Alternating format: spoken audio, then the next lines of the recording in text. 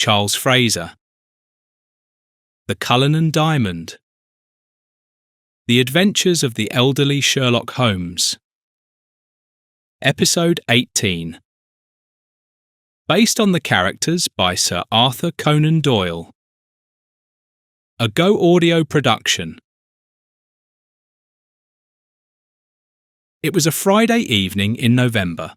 Throughout the entire day, the sun had not managed even once to break through the thick blanket of clouds that enveloped all of London. The temperatures were in the lower single digits, and at times it had begun to drizzle. The wind blew harshly around the houses, and it was dreary and cold. In short, weather in which one wouldn't even chase a dog out the door, but instead would make him a cosy spot by the fire. And so I sat comfortably that evening by the open fireplace, with my legs propped up, a good book in hand, a cup of tea within reach, and a box of my favourite chocolates resting directly on my belly. Yet I couldn't manage to concentrate on my reading. My attention was rather drawn to Holmes, who was performing peculiar contortions on a blanket lying on the floor. I reached for another chocolate and popped it into my mouth whilst continuing to observe Holmes. Holmes, meanwhile, changed his position and lay flat on the floor. Now he bent his legs and attempted to reach his bare soles with his hands. I nearly choked on my chocolate and began to cough. It truly did look too comical, though I had to admit, with a touch of envy, that I wouldn't have believed Holmes could still be so limber and fit. This man managed to surprise me time and time again. Holmes, who had spent his entire life smoking or injecting all manner of God-forbidden, highly toxic substances, and to whom delirium was more familiar than his own dreams, was now playing the contortionist, whilst I, ever proper and health-conscious, had already developed a numb right buttock merely from elevating my legs and urgently needed to change my position. "Holmes, what in the name of three devils are you doing?" I forced out between my lips, while simultaneously attempting to awkwardly lift my posterior and activate my circulation. This exercise here is called Happy Baby," replied Holmes, without showing the slightest trace of exertion. "Happy Baby?" I asked, irritated. "Zay, yoga, my friend," said Holmes kindly. "This exercise calms the mind and reduces stress and symptoms of fatigue." "I wasn't aware that you'd had any stress in recent days that needed reducing," I said tartly. "Rising late in the morning, having a leisurely breakfast, and immediately following it with your first crack pipe doesn't sound particularly stressful to me." Holmes changed his exercise and assumed a standing position with legs spread wide. He let one arm hang down whilst raising the other above his head. Then he stretched his torso to the opposite side. "This is the triangle," he said, "also known as Trikonasana. It is a simple exercise combining stretching and relaxation. The chest opens up and the organs receive a gentle massage. Additionally, it strengthens the muscles of the lower back, abdomen, and buttocks. Perhaps you should try this exercise as well. Then your backside might not fall asleep while simply lounging in your armchair." Holmes grinned broadly and switched to the other side. I snorted irritably and was about to strike back when there was a knock at our door. "Come in," said Holmes, without deviating a single inch from his triangle position. "Good evening, gentlemen." It was Inspector Wolfford who was calling on us at what was already quite a late hour. "Ah, good evening, Inspector," I greeted him in return, but Wolfford had eyes only for Holmes. "What in God's name is Holmes doing?" he whispered to me in disbelief, but I merely replied, "Best not to ask." Holmes straightened himself up to his full height, briefly looked at the inspector, and then said, "Good evening, Inspector. I presume Watson and I can accompany you to the crime scene?" "Yes," Wolfford stammered briefly. "But how do you know there is a crime scene?" Well, that is truly no witchcraft. You have just come from a date with your wife.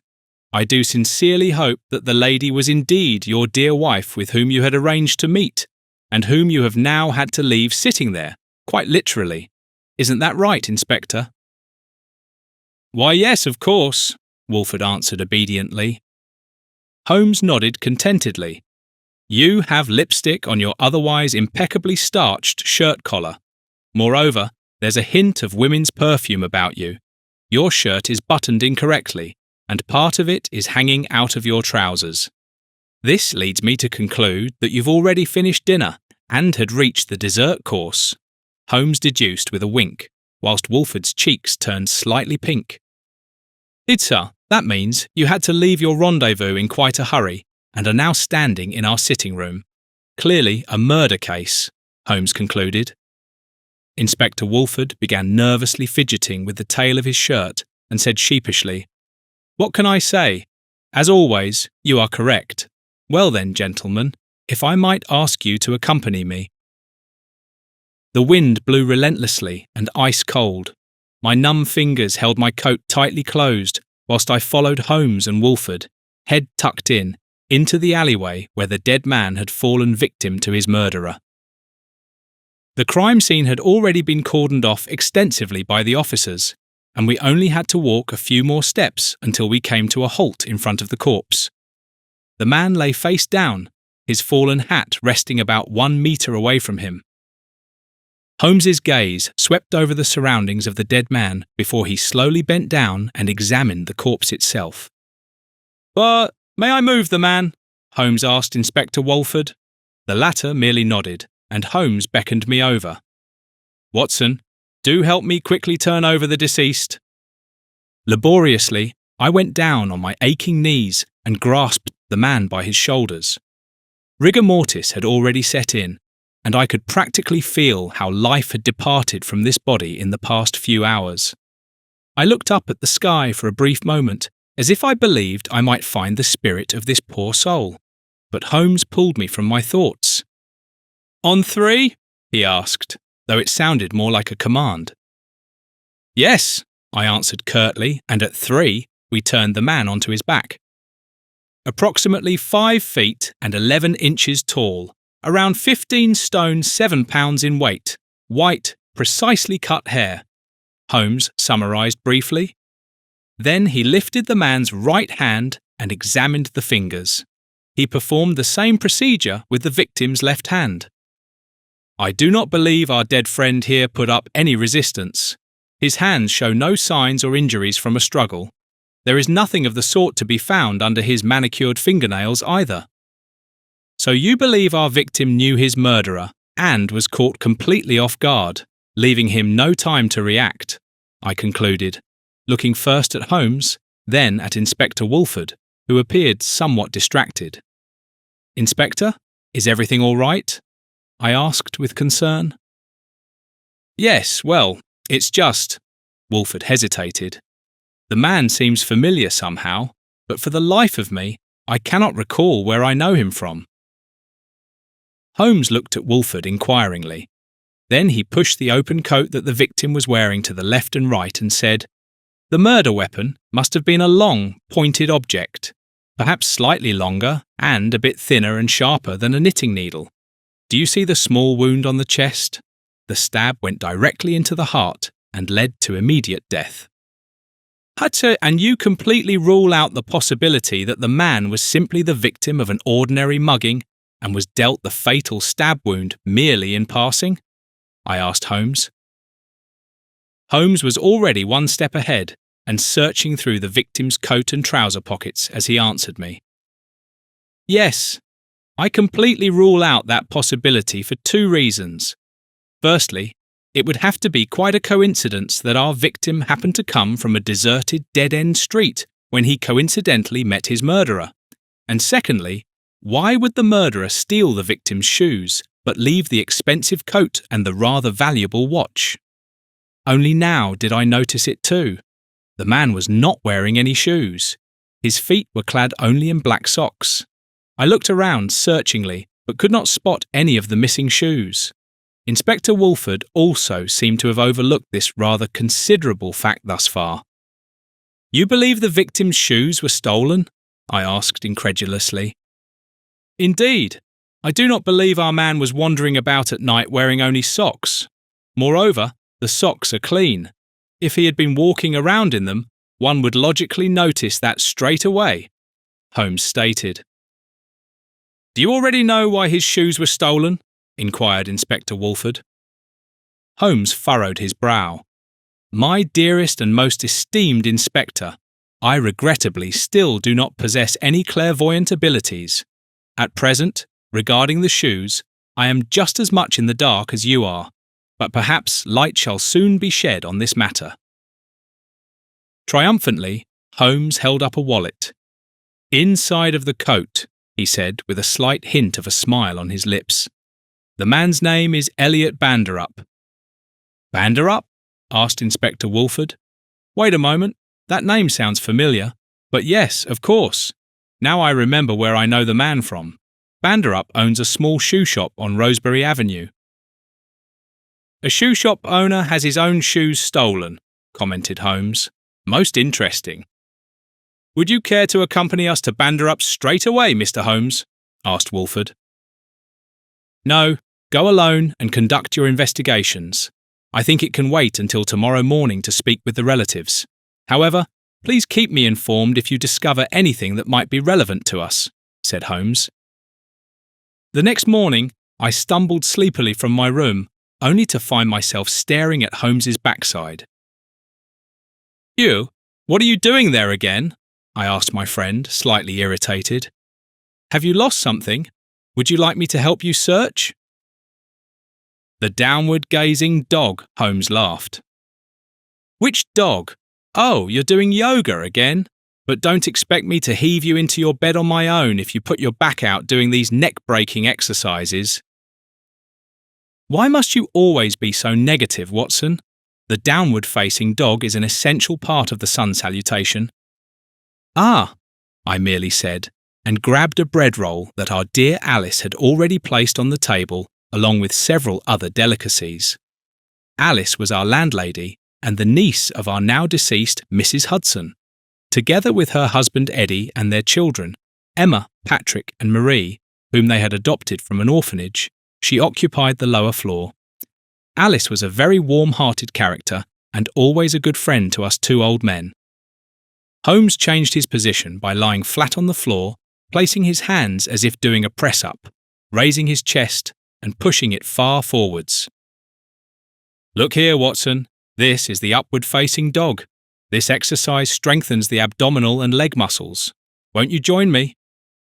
I nearly choked on my bread roll and coughed briefly. As you surely know, I don't get on well with dogs, neither with downward-facing ones nor with upward-facing ones, I replied. A bit of morning exercise wouldn't do you any harm, my dear friend, particularly this exercise here. You've been putting on rather more padding around your hips, as I've noticed for quite some time. Indeed, I replied curtly. Calmly, I finished my bread roll whilst observing Holmes, who, in my eyes, was making a right fool of himself. How on earth did the old chap manage these suicidal exercises? This man would likely remain an endless enigma to me until the end of my days. Suddenly he leapt up and said, "Shall we get going now?" But where to? I asked, completely caught off guard in my morning routine. To the Banderups, of course, don't you remember? Murder case, corpse, stolen shoes. Oh, very well, I said peevishly, reaching for my coat, whilst Holmes was already about to dash through the door. As I passed by, I grabbed another bread roll for sustenance, when I heard Holmes calling, "Watson, you shan't starve to death. Come along now, Alice is giving us a lift." Just perfect, I thought to myself. If Alice is driving the car, this might well turn out to be my last meal. As always, I had taken my place in the back seat of the car, as it simply seemed the safest spot to me. While Holmes sat daringly in the passenger seat, bantering with Alice, I could already feel the first beads of sweat on my ice-cold forehead. Admittedly, the car journey was rather unremarkable by Alice's standards, apart from the escaped chicken that met its demise under Alice's wheels. However, according to Holmes, one could hardly blame Alice for that. Who could possibly expect a loose chicken in the middle of London? The only guilty party was the merchant from whom the animal had escaped. Holmes even managed to convince the man, who had clearly suffered a loss, to apologise to Alice for the excitement and inconvenience. I wouldn't have been surprised if Holmes had negotiated compensation for Alice rather than damages for the merchant. We finally arrived at Mr. Elliot Banderup's shoe shop. Alice promised to collect us again in 1 hour. She would run some errands in the meantime. I gratefully declined. This would not be necessary. We would gladly walk the good 12 miles. A bit of exercise would do us no harm, but Alice could not be dissuaded from doing us this dubious favour. The small, elegant shoe shop made an exceedingly well-kept impression. Inspector Wolfford was already on site again with several men and greeted us cheerfully. "Dr. Watson, are you feeling unwell?" he asked me with concern. "You look rather pale." "Everything is fine," I reassured the inspector. "Alice drove us here," Holmes explained to him. "I understand," said Wolfford. "I've had that pleasure myself once before. Now everything makes sense." Inspector Wolfford grinned mischievously and patted my back sympathetically. "How is the investigation proceeding?" Holmes inquired. "Mr. Banderup's living quarters are located on the first floor above the shoe shop. We began searching the premises yesterday evening but haven't discovered anything noteworthy thus far." "Does Mr. Banderup have a wife, children, any other relatives?" Holmes wanted to know. "Neither," replied Inspector Wolfford. "His only close confidant would appear to be his housekeeper, Mrs. Summers." "Have you already spoken with the lady?" Holmes inquired further. "No. When we informed Mrs. Summers about her employer's death yesterday evening, the poor dear was completely distraught. Therefore, questioning her seemed entirely impossible to me." "How is she now? Is she in the house?" "Yeah, she seems to have regained her composure somewhat by now. Yes, she's in the kitchen cooking. Heaven knows for whom, but I thought at least it gives her something to do." "We would like to conduct the questioning if you would permit it," said Holmes. "Ah, but of course, Mr. Holmes." Inspector Wolfford agreed immediately. Mrs. Eugenie Summers was a well-groomed lady in her mid-50s, with greying hair tied in a knot at the nape of her neck. She wore a light blue apron and was eagerly stirring a pot that bubbled away on the stove. Holmes made his presence known with a strong clearing of his throat. "Mrs. Summers, I am Sherlock Holmes, and this is my partner, Dr. Watson. We are private investigators assisting the police in the case of your employer, Elliot Banderup. May I first express our sincere condolences?" Mrs. Summers let out a brief sob and turned towards us. Her eyes were swollen and red from crying. "That, in a workhouse, many groups come together," explained Holmes. "Always the weakest and poorest members of our society. Primarily, poor people who can no longer afford the rent for their flat beggars, but also elderly and sick people. Migrants, or indeed children without parents." Mrs. Summers nodded and gestured with a simple wave of her hand for us to take a seat at the small dining nook in the kitchen. She sat down at the table with us, pulled out her handkerchief, and dried her tear-stained eyes. "Mr. Banderup was a very pleasant and friendly person. He was always polite and good to me. I valued and liked him very much." She began sniffling again. "I promise you, we shall do everything in our power to bring the perpetrator to justice. However, we would need some information from you." Mrs. Summers nodded, and Holmes continued. "Did Mr. Banderup have any enemies, or was he behaving strangely in recent days? Was he perhaps even afraid?" "I've already told you, Mr. Banderup was always friendly and courteous, to everyone else as well. I cannot imagine that there was anyone who did not like him," she concluded. "How long have you been working for Mr. Banderup?" Holmes tried a different approach. "From the very beginning," she said, without needing to think about it for long. "What do you mean by 'from the very beginning'?" Holmes probed. "Half my life. I was 27 years old at the time and had a young son. My husband had died in a workplace accident, and I was left completely destitute. Fate led me to Mr. Banderup, who had just returned to London from the colonies.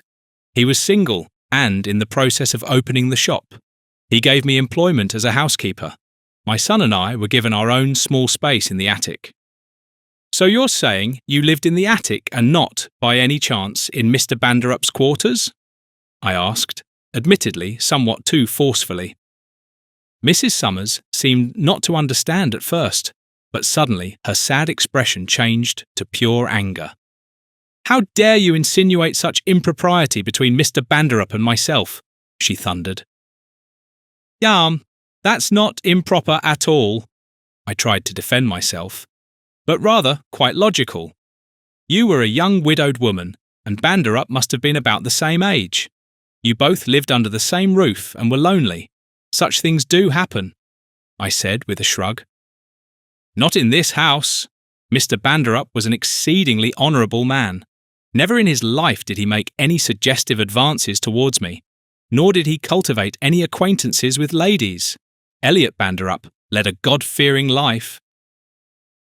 All right, I tried to calm her down. "I believe you." Yet Mrs. Summers continued to look at me with contempt, and her gaze seemed to kill me, only to flay me afterwards. To continue with the actual topic, I assume you were speaking of the British colonies? Do you also know exactly where? Mr. Banderup was in Botswana, she informed Holmes. I assume he stayed there for quite some time, as you spoke of when he returned. To me, that sounds like an extended stay, Holmes stated. I believe he mentioned something about approximately 3 years, but why is that relevant? She asked. I cannot tell you that just yet. I am merely trying to gather as much information about Mr. Banderup as I possibly can, Holmes explained to her. What made Mr. Banderup undertake the long journey to Botswana? Relatives? He continued. No, he was shipped to Botswana for forced labour, said Mrs. Summers in an apologetic tone. What crime did he commit? I asked Eugenie Summers, mentally adding, this honourable man. To be honest, I do not know. He never told me. However, he said he had quite a lot to make amends for in his life, and that he wanted to act according to this principle in future. Did Mr. Banderup mention any acquaintances from his time in Botswana? There were 2 or 3 men who were transferred to the colonies with him, whom he mentioned now and then, and sometimes he told me about an absolutely repugnant overseer. Can you remember what those men were called? Holmes pressed on. I only knew the overseer as Sam the Sadist, or Sadist Sam. I don't know the man's full name. And then there was a certain Hamilton and a man called Jackson. I can't remember what the other one was called, she said, and shrugged apologetically. Mrs. Summers, has the police already informed you that Mr. Banderup's shoes were stolen? Inquired Holmes. His shoes? She asked incredulously. His insurance? What do you mean by that? Holmes's interest was instantly piqued. Well, Mr. Banderup had this peculiar habit. He always wore the same pair of shoes and called them his insurance. I once asked him about the reason for this, but he only replied that it would be wise for everyone to have insurance in life, and that his shoes were simply the key to his insurance. Mr. Holmes, Dr. Watson, I merely wanted to inform you that I have been urgently called to another crime scene. There has been a robbery at a bank. Inspector Wolfford excitedly interrupted our interrogation. We're coming with you, Holmes blurted out, as if shot from a pistol. Why are we going with them? I asked, dumbfounded. You can also go home with Alice if you prefer, Holmes countered. Inspector Wolfford, it is my utmost pleasure to accompany you, I said with absolute conviction. Holmes and I rose and bid farewell to Mrs. Summers, whose glances, incidentally, still tortured me as she slipped Holmes a letter. What is this, for me? Asked Holmes, bewildered. Mr. Banderup had received 5 of these letters in the past 2 weeks. I forgot to give him this one yesterday. I do not know where he has kept the remaining letters. Perhaps this one here might be of help to you." Holmes nodded gratefully and slipped the letter into his coat pocket. Inspector Wolfford was kind enough to give us a lift in his motor car. Thus, I sat rather relaxed in the back seat, whilst Holmes, seated beside me, reached into his coat pocket and retrieved the letter. He first examined it meticulously from all angles before drawing his pocket knife and carefully opening it. He removed a simply folded sheet of paper from the envelope and began reading aloud. "Elliot, your time has run out. Therefore, I shall collect my share of the Cullinan. Rest assured you cannot escape me, Jacob." "What the devil is the Cullinan?" I indirectly asked Holmes for an explanation. "Have you never heard of the Cullinan diamond?" Holmes looked at me with incomprehension at such ignorance. He did not even wait for my answer, but immediately continued. "The Cullinan diamond is the largest diamond ever found. It was discovered in 1905 in South Africa, to be precise, in Botswana, and weighed 3,106.75 carats in its raw state. Rather obvious if you ask me, and even signed with a name. The perpetrator is making it easy for us. Now we just need to connect a Jacob to Mr. Banderup," I said. "And we can do that," Holmes agreed with me. "Then you know more than I do," I replied. "I do not know any man named Jacob. Mrs. Summers spoke of a Sam, a Jackson, and a Hamilton." "Precisely," said Holmes. "Jackson means son of Jack, and is the shortened form of John, which in turn means Johannes or Jacob. So we already know who wrote the letter and how they are connected to Banderup." "Then explain something to me. What are we doing here in this car? Shouldn't we rather be following Jackson's trail?" I asked Holmes. "I have a certain feeling about this," Holmes whispered to me mysteriously. "Inspector Wolfford, did you find any letters signed by Jacob in Mr. Banderup's flat?" asked Holmes of Wolfford. "No, we haven't found anything of the sort. What's this about the letters?" asked the inspector. "I shall explain that to you in due course." When we arrived at the bank branch a short while later, there was already a considerable crowd gathered in front of the cordoned-off forecourt. We followed Inspector Wolfford through the barrier and into the bank. We were quickly briefed about the events. When a bank employee, Mr. Fallon, returned from his lunch break and wanted to reopen the branch, he discovered his dead colleague Rosewell in the entrance area of the bank. According to initial findings, oddly enough, no cash had been stolen, though some safety deposit boxes were found broken into. Additionally, their contents were partially scattered on the floor in front of them. Holmes knelt beside the dead man. He pushed aside the victim's jacket and said, "Look, the same puncture wound as we saw on Banderup last evening." "What does that mean?" I asked cluelessly. "Why should these two murders be connected?" However, Holmes did not deem it necessary to answer my question, but instead strode over to the safety deposit boxes and examined the lock of each individual one that stood open. After a short while, he tapped his walking stick against one of the compartments and said, "I wager this one belonged to Mr. Banderup." "How did you arrive at that conclusion?" asked Wolfford. "Well, it is the only one that was unlocked with a key. All the others were broken into." "It appears our Jackson has helped himself to his share," I observed. "Precisely, Watson, and to cover his tracks, he broke into additional compartments to obscure the trail leading to Banderup." "Would you be so kind as to finally enlighten me about the progress of your investigation?" Inspector Wolfford demanded, already showing signs of irritation. But Holmes had no intention of doing so. "All in good time, Inspector. We must act quickly now. You, Inspector Wolfford, immediately check all prison records for any possible release of a certain gentleman with the name Jackson, Jacob, or even John. That would be possible. Watson, the two of us shall proceed directly to the harbour and examine the ship's logs. We're looking at a time frame of maximum 3 weeks. Mr. Banderup had been receiving these letters for approximately 2 weeks. as Mrs. Summers told us. I don't believe our perpetrator waited long after his arrival or regained freedom before sending the threatening letters. Inspector, would you be so kind as to provide us with one of your officers who might drive us and perhaps make it easier for us to have a look at the ship's logs, just in case? Inspector Wolfford nodded through gritted teeth and did as requested. When we finally arrived at London Harbour, Holmes's impatience was nearly unbearable, and I almost wished for his yoga exercises and the happy baby pose to return. We immediately made our way to the PLA office. The Port of London Authority was a public organisation established in 1908 which managed the harbour's operations.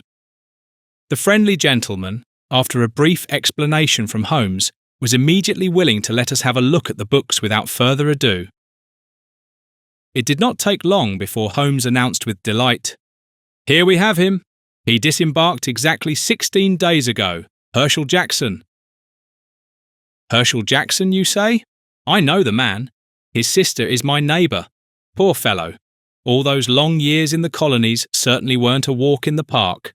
And what's more—" But the talkative PLA employee couldn't finish his sentence as Holmes interrupted him.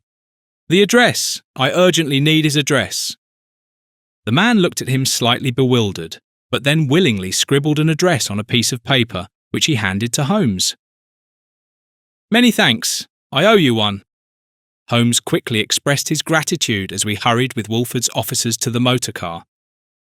"Now that's what I call a stroke of luck," I exclaimed contentedly as we arrived at the given address.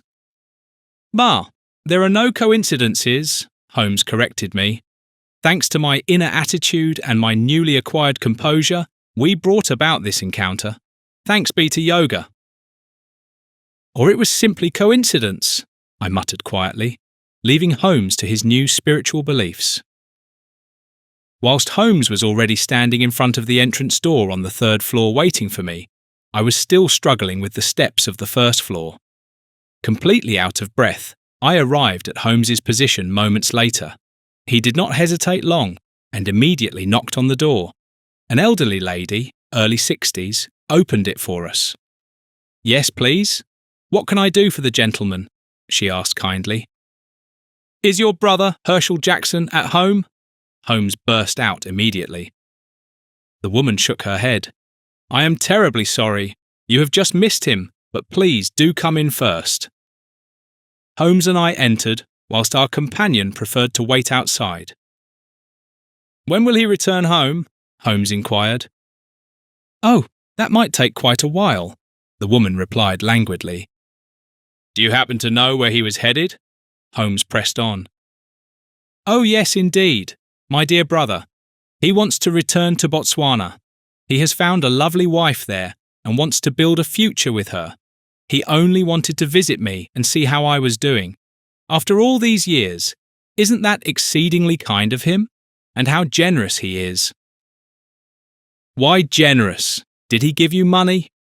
Holmes interrupted the eulogy about our perpetrator Jackson, asking brusquely, unequivocally demanding an answer. "Oh yes, indeed," smiled the elderly lady, pointing to the bag that stood lonely in the hallway. "A whole heap full. I haven't even counted it yet." "Did your brother stay with you during his time in London?" Holmes continued.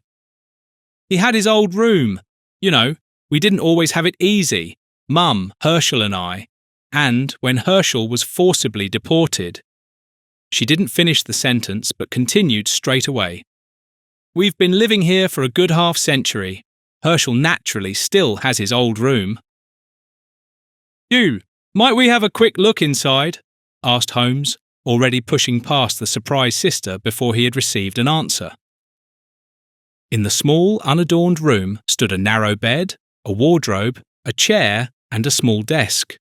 On the desk lay a carelessly placed stack of letters. Holmes skimmed through each one and then held the last one under my nose. "Do you see the letters? How neatly they were all opened. And look here, a holder for a letter opener." "He must have opened the letters with this. So what?" I asked innocently. "The letter opener itself is nowhere to be found.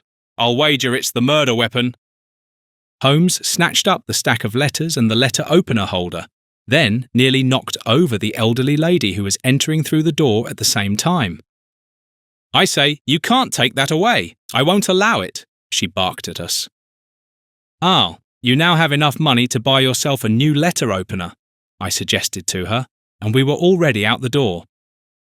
We immediately instructed our companion, who drove us back to the harbour at high speed. "What a blasted nuisance," I grumbled. "We've likely already crossed paths with this Jackson. He was driving on one lane towards the harbour, whilst we were on the opposite one, heading to his rather simple-minded sister. Do we know if the ship to Botswana departs today, and when?" "No, we do not know. That is precisely why our first stop shall be back at the shipping office." "Yeah, I do hope he is still as willing to provide us with information as before, considering how hastily we left his office," I speculated. Yet my concerns were unnecessary. We discovered that the ship bound for Botswana, the Lady Jane, would depart in precisely 15 minutes. We therefore had no time left to wait for Inspector Wolfford, whom we had informed through our companion whom we had sent back. We followed the friendly PLA gentleman's directions and soon found the Lady Jane's mooring. As we stepped onto the gangplank to board the ship, my stomach churned, and, by God, I had more than an uneasy feeling. At that moment, I was not yet aware of how much I should have heeded my instincts, so I dutifully followed Holmes onto the ship. Many passengers had gathered on deck, though surely some had already retired to their cabins. Holmes and I made inquiries through the crew until we finally arrived at Herschel Jackson's cabin. Holmes knocked loudly against the door, and indeed, someone opened it for us. Before us stood a small, wrinkled old man who appeared to have been worked nearly to death. "Are you Herschel Jackson?" Holmes asked with deliberate composure. "Yes, that's me, and who might you be?" "I am Sherlock Holmes, and this is my partner, Dr. Watson. We are investigating for the police, and I regret to inform you that we suspect you of murder in 2 cases, and you are therefore under arrest. Would you kindly follow us?" Herschel Jackson stared at us in horror. "No, I'm not going back to prison. I don't deserve that." "You murdered 2 people in cold blood. I rather think you do," Holmes declared. "I have long since atoned for that. I was innocent back then when they shipped me off to Botswana. For 30 long years I toiled unjustly, far away from home, away from family and friends. I had already given up on myself, but then I found it, the Cullinan diamond." "Ah, you are the discoverer of the famous Cullinan diamond?" asked Holmes, visibly impressed. "Yes, but my so-called friend took advantage of me. Elliot, that shameless, wretched, despicable scoundrel. He bought his freedom with my diamond and even negotiated a tidy sum for himself. Meanwhile, I, who rightfully deserved it all, had to continue forced labour whilst innocent. I didn't even want to take everything from him, just wanted a portion of it. For myself, my future wife and my sister. But he wouldn't have it, wouldn't agree to it." "Why did you steal his shoes after you murdered him?" Holmes asked curiously. "Because Elliot always had this peculiar habit of hiding everything important to him in his shoes. I nearly laughed when I learned he had opened a shoe shop, but he was crafty. He had sewn the key to the bank safe deposit box into the shoe sole. I almost despaired when I emptied the shoe and no key appeared, but I did find it in the end." Then Herschel Jackson gazed sadly at the floor. I followed suit, albeit for different reasons. A sudden jolt went through the ship and it slowly began to move. Just as suddenly, Jackson began to walk away. Holmes and I followed him, and Holmes said, "Mr. Jackson, please do stop. We can put in a good word for you." But Herschel Jackson had no intention of doing so. He began to walk faster, then even started to run. Holmes and I gave chase, which, given the crowd of people gathered on deck, did not seem so straightforward. Eventually, we lost sight of Jackson. "Blast it!" cursed Holmes. "Come along, Watson, quickly!" But then we saw him again. He had run to the other, deserted side of the ship and was about to climb over the railing. "Jackson!" Holmes and I shouted in unison. Yet the bitter old man did not hesitate long and jumped. When Holmes and I reached the railing and leaned over it, there was no trace of Jackson to be seen in the ice-cold seawater. "I cannot believe it, he actually jumped," I stuttered, utterly devastated.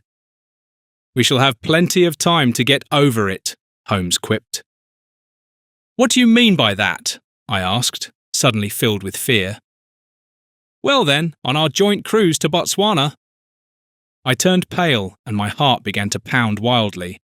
"The ship must stop at once! Holmes, do something!" I shouted at him.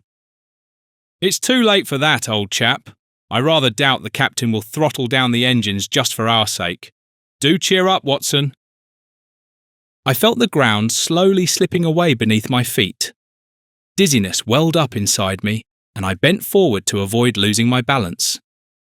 Then Holmes chimed in. "Yes, you've nearly got it, Watson. Just raise the hindquarters a tad higher, and the downward-gazing dog will be almost perfect." You were listening to Charles Fraser. The Cullinan Diamond.